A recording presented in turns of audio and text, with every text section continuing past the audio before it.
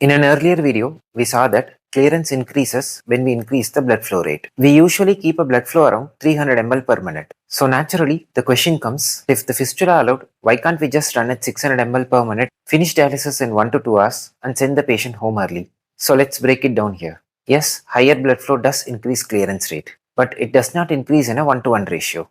And beyond a point, clearance plateaus because removal efficiency falls at high flows. To understand this, we need one key concept, KOA.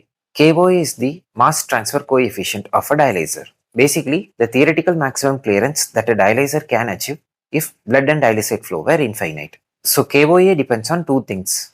First is KO, which is the membrane permeability for a particular solute.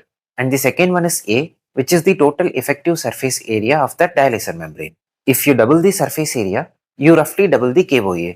But two dialyzers with the same surface area don't necessarily have the same KOA because membrane thickness, porosity and flow path design can change KO significantly. Most high efficiency adult dialyzers today have KOA urea values roughly between 600 and 1600 ml per minute. But this KOA is theoretical.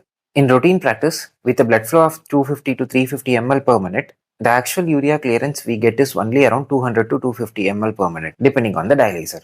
Now let's see why clearance doesn't keep rising when we increase the blood flow. Imagine this simple example.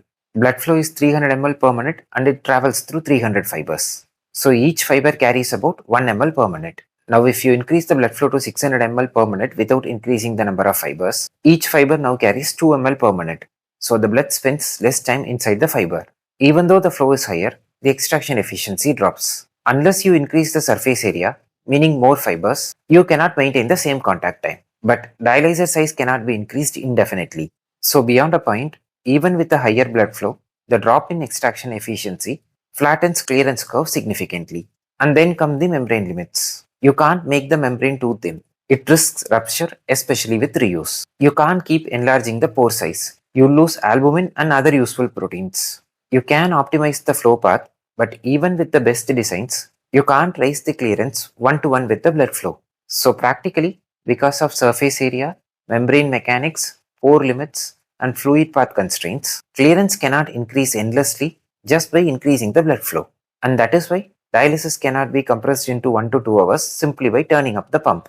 After a point, the dialyzer just can't transfer solutes any faster because all the molecules are already competing at the membrane surface.